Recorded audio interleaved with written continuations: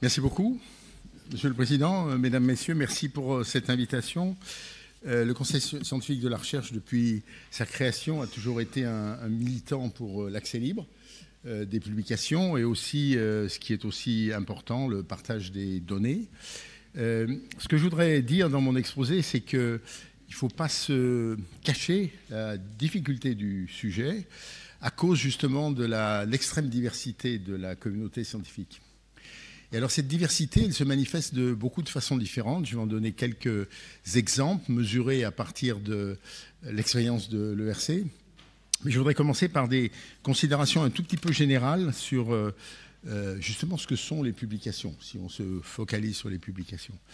Parce qu'en fait, d'une discipline à l'autre, les publications prennent des formes différentes. Je donnerai des exemples tout à l'heure, mais correspondent par rapport au travail du scientifique à des choses différentes. Pour un mathématicien, un article est vraiment censé contenir l'ensemble de la preuve du résultat qui est annoncé. Dans d'autres disciplines qui sont expérimentales, simplement, ça n'est pas possible de faire ça, puisque la seule chose qu'on peut faire, c'est décrire le processus expérimental, mais on n'a pas l'appareil sous la main. Et je dois dire que toutes les fois qu'on discute de reproductibilité des résultats, c'est toujours une chose qui me préoccupe, parce qu'on sait bien que dans un dispositif expérimental, le talent des gens qui sont là, et pas seulement des chercheurs, il faut aussi des techniciens, est fondamental pour garantir que l'usage d'un instrument fournit les meilleures performances. Et donc, il ne me semble pas vrai que si on prend comme ça un équipement analogue n'importe où, on va avoir les mêmes résultats, parce qu'il y a aussi une compétence, Donc je pense qu'il faut faire très attention quand on parle des publications, évidemment, à cette énorme diversité. L'autre chose aussi qui joue un rôle très important, toujours si on s'en tient aux publications, c'est évidemment le contexte dans lequel elles sont produites. Certaines sont vraiment déjà des résultats d'un travail abouti, et d'autres sont simplement des annonces. Et d'une discipline à l'autre, l'attitude par rapport au volume de publication n'est pas du tout la même. Je cite toujours cette anecdote parce qu'elle m'a marqué. Un de mes amis qui avait reçu un contrat de l'ERC m'annonce qu'il vient de terminer son contrat et a envoyé son rapport. Et il m'a dit, je te joins l'article, L', qui a conduit que j'ai produit grâce au contrat ERC. Cet article faisait 462 pages. Donc voilà, c'était ce qu'il avait fait en 5 ans. Par ailleurs, des résultats extraordinaires. Voilà, donc c'était un article en 5 ans. Et bon, c'était un résultat extraordinaire. Évidemment, dans d'autres disciplines, si on ne produit pas un article par mois, on n'est pas un chercheur productif. Donc forcément, ce n'est pas le même niveau d'élaboration, c'est pas la même, c'est autre chose. Et donc, je ne suis pas en train de donner un jugement de qualité, c'est simplement souligner cette diversité. Et si on oublie que toute chose qui doit aller vers la science ouverte doit tenir compte de cette diversité de façon considérable. Et ce n'est pas si facile, parce que l'autre élément que je voudrais montrer... Alors on va le faire ici. Donc c'est sur les types de publications. Donc pour l'ERC, on fonctionne avec 3 qu'on appelle grands domaines. Le domaine des sciences de la vie, le domaine des sciences physiques et de l'ingénierie, dans lequel il y a les mathématiques, l'informatique, la chimie bien sûr, et les sciences sociales et humaines. Et donc quand on regarde maintenant justement quels types de publications sont utilisés par les chercheurs dans ces différents domaines, on se rend compte, juste en regardant la distribution, qu'elle est vraiment très très différente. Du côté des sciences de la vie, c'est quand même essentiellement des articles. Les proceedings de conférences sont quand même beaucoup moins importants. Et puis après, des livres, c'est quand même beaucoup moins important en volume. Hein. Je ne dis pas que ce n'est pas des choses qui contribuent de façon extrêmement décisive. Quand on regarde sur les sciences physiques et l'ingénierie, on voit déjà un équilibre assez différent. La zone verte qui correspond au proceeding de conférence est très directement liée au poids de l'informatique, dans lequel c'est le mode naturel de publication de nos collègues informaticiens. Ils font aussi des livres et des articles, mais en tout cas, c'est ça. Et quand on va vers les sciences humaines et sociales, on se rend compte que là, la diversité est encore plus grande, en particulier les chapitres dans un livre deviennent une contribution très importante, les monographies prennent un rôle beaucoup plus important. Donc ça, c'était évidemment, cet échantillon, il a été fait sur un échantillon particulier qui sont les chercheurs financés par l'ERC, mais j'utilise les données auxquelles j'ai accès facilement. Mais c'est déjà une diversité suffisante. On est maintenant, pour l'ERC, quand même à peu près à 9000 contrats de recherche qui ont été distribués. Donc ça devient un échantillon intéressant et en moyenne de gens qui sont quand même très productifs.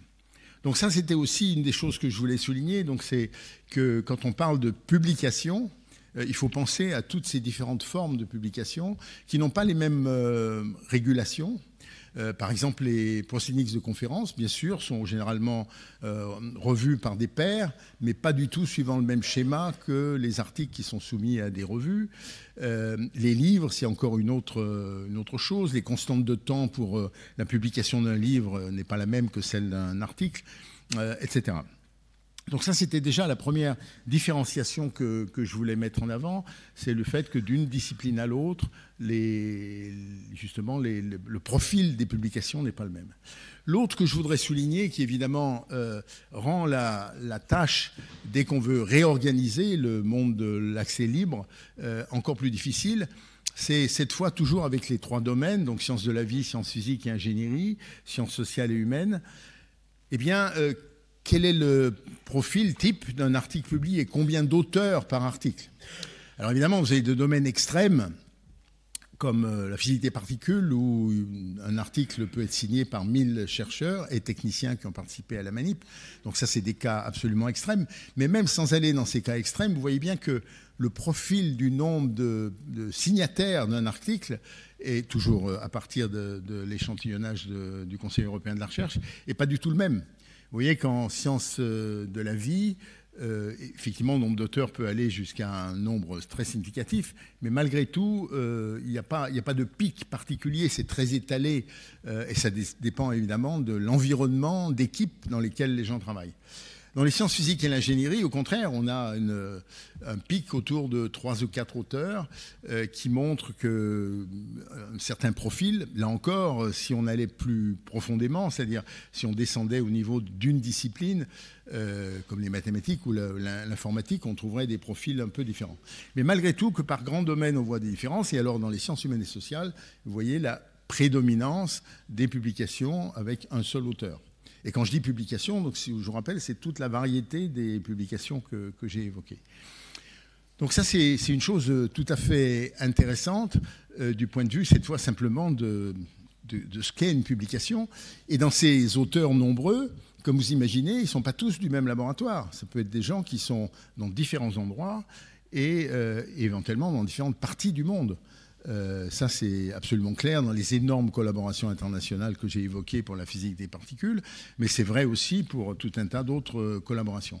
Et de ce point de vue-là, c'est un moment où le fait que l'Europe essaye de proposer un schéma, qui était donc ce qui a été évoqué ce matin avec Plan S ou Coalition S, le problème peut se poser, parce que du coup, le problème de la coopération, du fait que des articles publiés ou des publications faites par des chercheurs qui sont en Europe mais qui ont des collaborateurs dans d'autres parties du monde, si l'autre partie du monde n'adopte pas les mêmes règles, comment on gère ça? Et du coup, ça devient un problème qui peut être sérieux.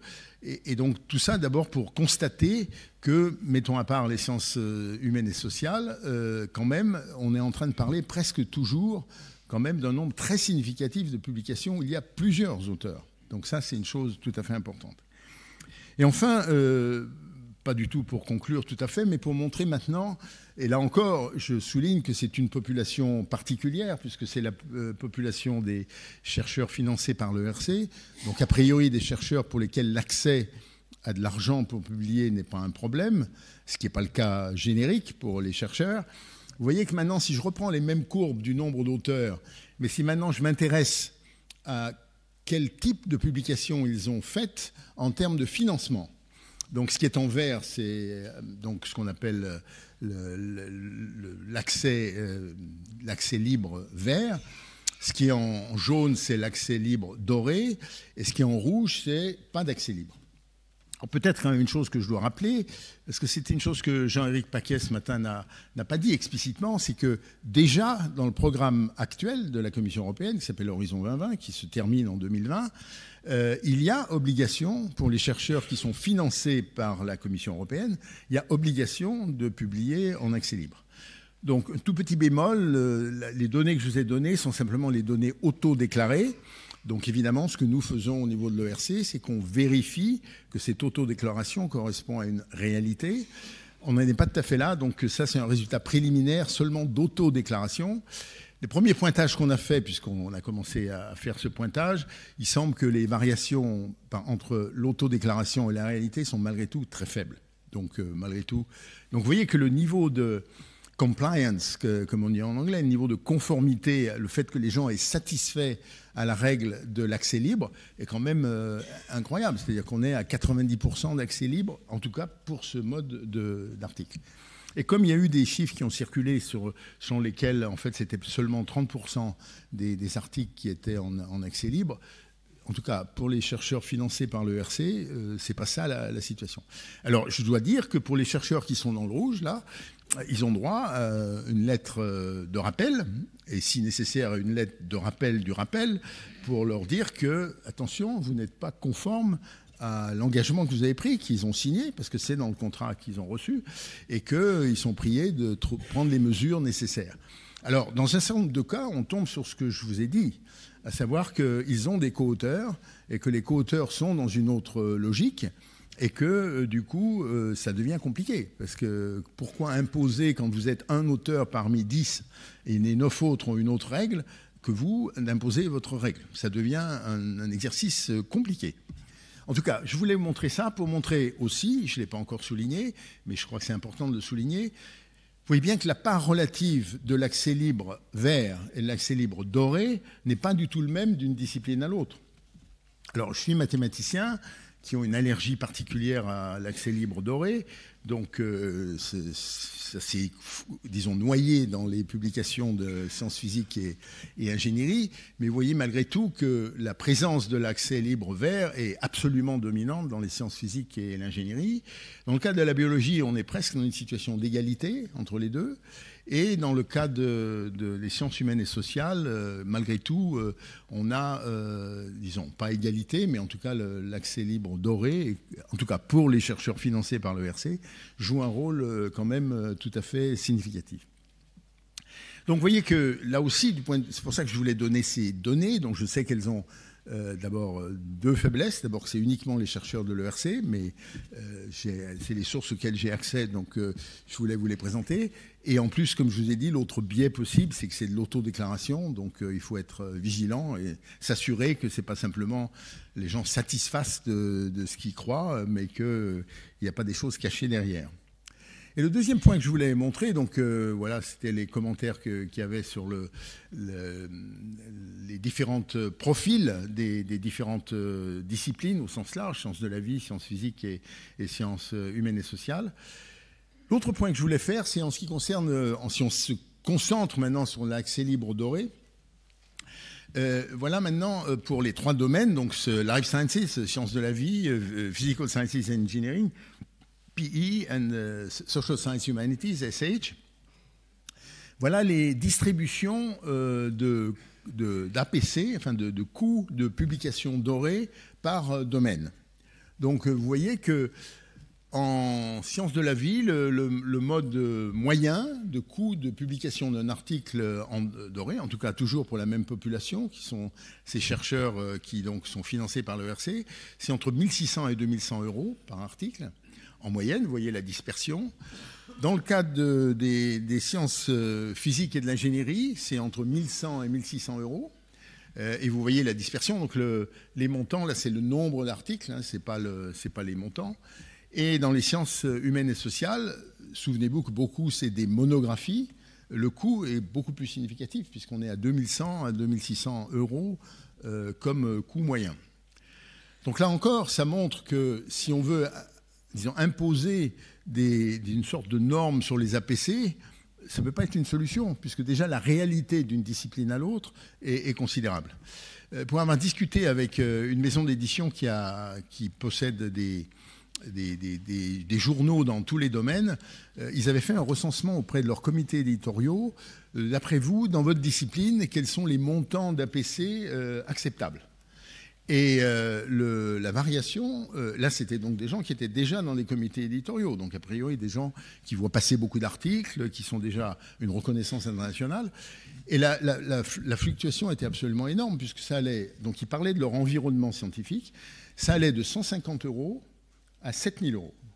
Donc voilà ce qui était déclaratif par des gens à qui on posait la question, pour vous, dans votre environnement, quelles sont les sommes que les gens sont prêts à payer pour publier?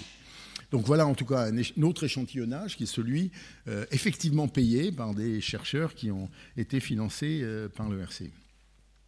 Donc c'était ça que je voulais souligner beaucoup pour dire à quel point sur ces questions d'accès libre aux publications, il me semble, en tout cas c'est le point de vue que défend le Conseil européen de la recherche, enfin le conseil scientifique de l'ERC, c'est à quel point il est indispensable de tenir compte de la réalité du terrain, de la réalité de la pratique de la recherche dans les différents domaines, que ça amène à s'interroger comment on peut arriver à trouver quelques règles générales qui s'appliquent à tout le monde, en sachant que très souvent les communautés qui sont souvent représentées par des sociétés savantes se sont déjà organisées pour faire un certain nombre de choses.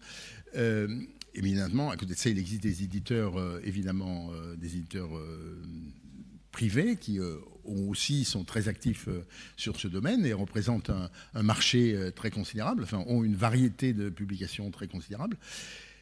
Mais le point que je voulais vraiment faire, c'était la nécessité d'avoir bien conscience de cette extrême variété dès qu'on veut proposer des solutions générales et qui forcément ne vont pas pouvoir être simplistes. Elles doivent forcément tenir compte de cette considérable diversité. Et le tout dernier point que je voudrais faire est un point qui m'a été soulevé par un certain nombre de collègues. Ça dépend fondamentalement de la gouvernance de l'institution de recherche dans laquelle vous êtes, qui est la suivante. C'est que la tradition dans son discipline, en particulier en mathématiques, c'était qu'on avait accès aux journaux par le fait qu'on allait les trouver à la bibliothèque ou sur Internet. C'était ça la pratique habituelle. C'est sûr qu'introduire la pratique qu'on doit acheter son espace, donc on doit financer sa publication, change les règles du jeu. Alors d'abord parce qu'il faut avoir les moyens de payer, mais plusieurs collègues m'ont fait remarquer aussi que ça changeait assez considérablement, parce qu'avant, la décision de soumettre un article à une revue était une décision qui était en fait un peu individuelle, ou de petits groupes qui avaient produit l'article, mais en aucune façon elle était soumise à la régulation du directeur du laboratoire ou de quelqu'un d'autre. Brusquement, quand ça devient une décision financière significative, et dans un certain nombre de disciplines, 2000 € c'est une décision financière significative, brusquement, on se retrouve dans une logique de décision complètement différente, qui est que il y a un budget disponible et le directeur du laboratoire va devoir décider quelle est l'allocation optimale des moyens pour publier entre les différentes propositions d'articles qui sont faites. Et là, brusquement, on introduit quand même quelque chose qui est plus grand-chose à voir avec la vie scientifique des chercheurs, au moins individuellement ou en petits groupes. Alors ça, c'est beaucoup plus sensible, évidemment, dans les pays dans lesquels les ressources sont limitées. Mais je pense que ça pose un problème quand même qui est un peu de nature éthique, parce que ça change la nature de la publication qui devient en fait, disons, un instrument de pouvoir, entre guillemets, en tout cas entre les mains de gens qui ont une responsabilité de pouvoir. Je vais m'arrêter là. Merci beaucoup.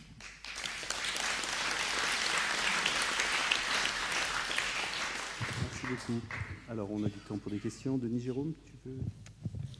J'ai juste une petite précision. Vous parlez beaucoup qu'il y a une forte proportion d'articles ERC qui sont en open access vert.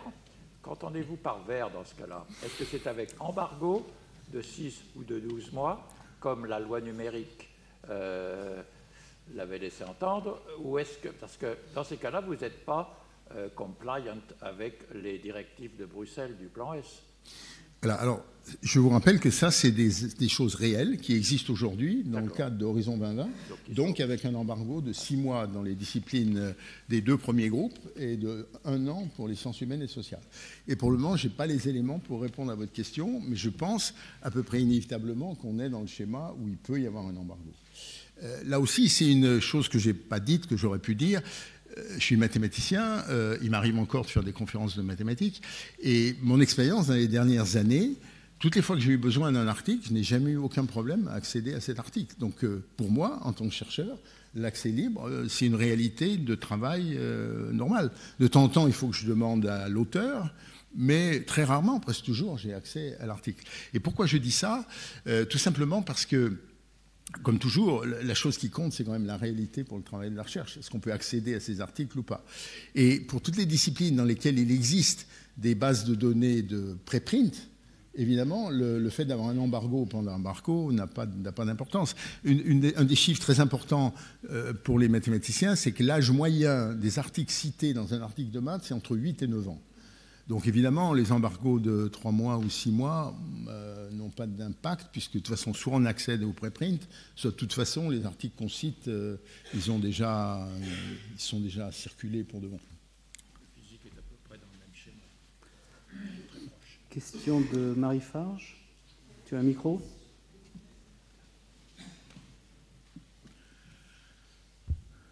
Vu la base de données, c'est quand même pas mal. Il y aurait aussi une question intéressante à demander aux auteurs. C'est est-ce qu'ils ont dû donner leur copyright ou pas? J'insiste sur le fait que la pratique actuelle de beaucoup de publishers en gold, et moi j'étais scandalisée l'année dernière, j'ai sorti un article comme ça et j'ai découvert ce comportement. C'était la première fois où j'acceptais le public, bon bref, pour différentes raisons, de payer les article processing charges, parce que justement je refusais de signer le copyright transfer form qui était absurde, je pourrais vous le montrer avec des clauses impossibles. Je me suis dit, bon, exceptionnellement je paye, et là j'ai découvert, on m'envoyait exactement le même formule de transfert de copyright, avec les mêmes clauses, simplement ça s'appelait Open Journal Copyright, et la pratique de ce publisher, je ne vais pas le citer, mais je peux le citer si vous voulez. Comment? Non, c'est pas. C'est pas celui que vous pensez. C'est ça qui est important. Voilà, c'est pas celui que vous pensez. Et c'est donc la pratique, c'est que malheureusement, ils prétendent qu'ils protègent les droits des chercheurs contre le plagiat, contre différentes choses. Donc, il faut leur donner le copyright. C'est leur pratique normale. Alors, une chose très bien dans le plan S, le premier article dit les chercheurs ne doivent plus donner leur copyright. Donc, ça serait bien d'avoir dans cette enquête demandé aux chercheurs s'ils ont donné ou pas le copyright. Parce que s'ils ont donné le copyright, on a perdu de la propriété intellectuelle. Le chercheur n'a plus ce contrôle. Je ne sais pas répondre à ta question. Je m'excuse. Voilà ce qu'on a pour le moment disponible. Non, mais elle est à poser justement aux chercheurs. Non, mais il faut qu'on... C'est une question légitime, mais en particulier en relation avec le fait que dans le futur, on peut espérer qu'on sera dans une autre situation. Est-ce qu'il y a d'autres questions? Oui. Ah. Geneviève. Oui, la question que je me posais, c'est dans la réflexion sur la phase de transition qu'on peut voir devant nous, comment la question des abonnements, qui ont un coût, peut se redéployer de façon intéressante pour payer les coûts de façon à rendre les choses ouvertes. C'est une question très réelle. Moi, je cite toujours l'exemple irlandais, dans lequel, en fait, les gens qui ont à gérer cette transition sont très inquiets parce que l'argent des souscriptions aux journaux passe par une certaine ligne budgétaire et l'argent qui serait nécessaire passe par une toute autre ligne budgétaire. Et les premiers efforts pour récupérer, faire cet argent qui, en fait, pour faire la même chose, mais différemment, change de ligne budgétaire, semblaient absolument insurmontables. C'est-à-dire que d'un côté, c'était vu comme chic, on ne va pas dépenser d'argent, et de l'autre côté, il fallait trouver de l'argent qu'on n'avait pas. Alors, peut-être que sur le long terme, ça sera négociable, mais on va discuter de ça avec Mark Ferguson, qui est, comme vous savez, en charge de la fondation irlandaise de recherche. Il était très pessimiste, parce que quand il a commencé à discuter ça au niveau du gouvernement, tout en étant le chief scientist du Premier ministre, ça a été, pas question, ça appartient à des mondes budgétaires absolument séparés. Donc c'est une vraie question. Et pas si simple que ça dépend vraiment de la structure budgétaire des différents pays. Merci. Est-ce qu'il y a encore des questions, des remarques? Oui, il y en a une. Madame de Rennes. Pour l'exposé que j'ai trouvé vraiment très très bien. Mais justement, la question soulevée sur ce que ça provoque entre les collaborations entre chercheurs européens et non européens avec des règles différentes, l'impact que ça peut avoir sur la façon de publier. C'est gênant. Et puis, il me semble qu'il y a des ambiguïtés dans le plan S, d'après ce que j'avais lu en tout cas à un certain moment. Il y a aussi des questions premier auteur. Donc la variété aussi des pratiques, on n'a pas parlé de l'ordre des auteurs, elle varie suivant les disciplines. En maths, on a tendance à mettre, moi qui suis une mathématicienne, l'ordre alphabétique, sauf exception, on veut mettre en avant, ça m'est arrivé de voir des exceptions. Et il y a des disciplines où c'est complètement différent. Et donc c'est important parce que ça change, ça peut impacter la nature même des collaborations et la dynamique des collaborations, c'est-à-dire qu'on introduit un biais dans la qualité des collaborations qui peuvent être construites. Voilà. Non, mais le problème c'est aussi une diversité dont on peut parler, il me semble. Tout à fait vrai. Je ne l'ai pas mentionné, j'aurais pu la mentionner. Ça fait partie des choses d'ailleurs pour lesquelles, au niveau de l'ERC, maintenant nous sommes bien équipés pour vérifier quand les gens soumettent des projets qu'il n'y a pas de copier-coller indu, mais aussi que l'ordre des articles est un ordre qui n'a pas été manipulé. Et on a malheureusement quelques exemples de telles manipulations qui me voient, moi, écrire des lettres aux autorités de la personne qui travaillait dans ces lieux pour leur dire c'est une pratique qui est quand même tout à fait répréhensible de changer l'ordre, quand il a un sens. La discipline, il n'a pas de sens.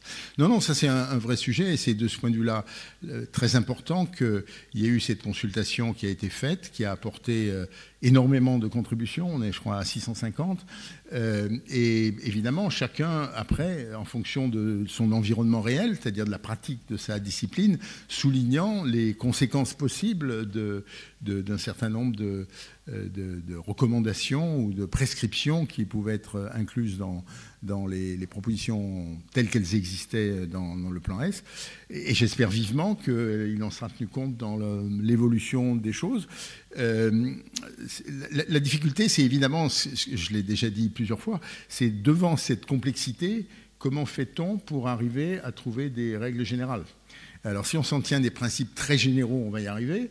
Dès qu'on va arriver à des choses un peu plus prescriptives, ça va devenir beaucoup plus difficile. Parce que ce qui est raisonnable là n'est pas raisonnable là. Et en plus, c'est vrai que, disons, avoir un impact négatif sur la capacité de collaborer n'est sûrement pas une bonne nouvelle. C'est exactement le contraire de ce qu'on veut. Je vous signale que le commissaire Moedas avait 3 O, qui étaient Open Science, Open Innovation, Open to the World. Moi, dans mon bureau, j'ai une carte du monde avec écrit en gros Open to the World. C'est sûr qu'on n'a pas envie de se trouver dans une situation où, par des règles, en fait, on empêche les gens de collaborer dans de bonnes conditions. Merci. Je pense qu'on va arrêter là la discussion et pouvoir reprendre plus tard en fin de séance. Merci encore.